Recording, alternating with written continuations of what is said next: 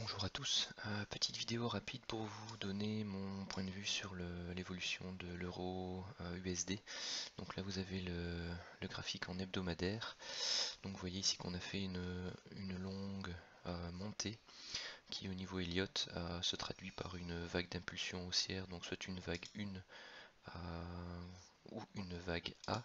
Donc une pour dire qu'on va faire une, deux et qu'on va partir très fortement à la hausse pour faire une vague 3, ou alors une vague A, une vague B et une vague C, donc qui continue le mouvement correctif par rapport à l'évolution précédente des prix. Par rapport à ce point haut là, on a fait 1, 2, 3, 4, 5, donc 5 temps, donc c'est une petite vague A intermédiaire corrective, et là on travaille à la correction de cette vague A. Donc vous voyez ici que j'ai tracé également ce niveau-ci autour des 1,15, 10, 1,15, 20, qui est une zone assez travaillée, tout comme maintenant, s'il veut bien me la laisser tracer, voilà cette zone-ci. Donc autour des 1,18, 20. Donc ça c'est un range possible. Il n'est pas improbable qu'avec la bougie que l'on fait actuellement, que l'on puisse éventuellement aller rechercher cette zone des 1,18,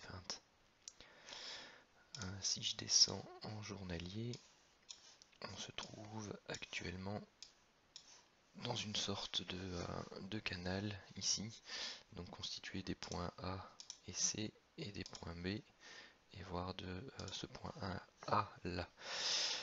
Donc à partir du point bas en Elliott, on a de nouveau fait une hausse en 5 temps, donc encore un petit A intermédiaire, 3 temps à la baisse, donc le petit B, et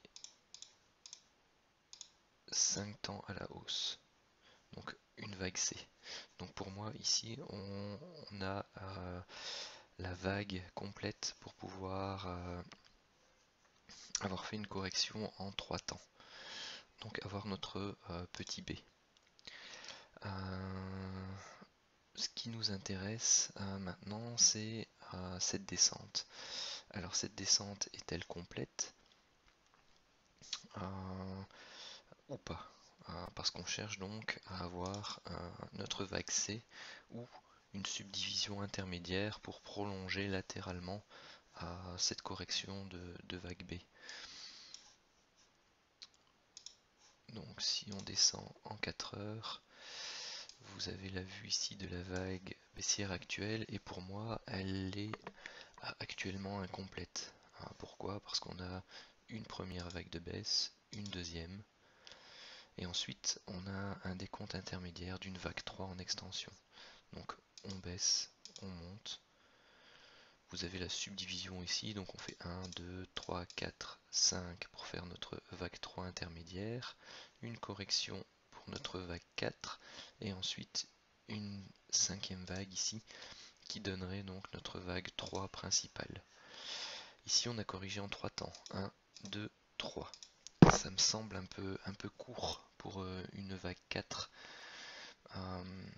Donc soit je m'attends éventuellement à un travail latéral sous forme de triangle, ou alors à une petite correction ici en 3 temps pour ensuite repartir et aller rechercher plutôt de nouveau la zone du canal haussier journalier, ou éventuellement la zone de retracement des 1,16, 1,1650 qui correspond à la zone des 50% de retracement.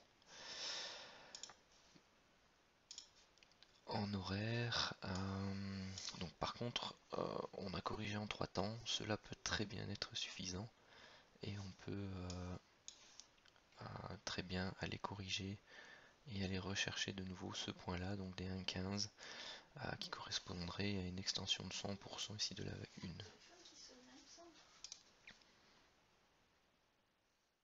Donc pour moi actuellement c'est un actif qui est à surveiller et qui devrait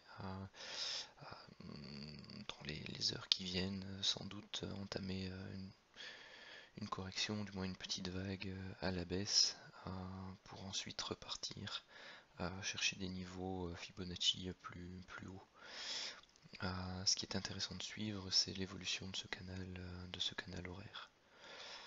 Donc voilà, enfin, comme le DAX est fermé aujourd'hui, qu'il n'y a rien à faire avant les US, bon, ça peut toujours être un actif à surveiller, tout comme l'or et l'argent.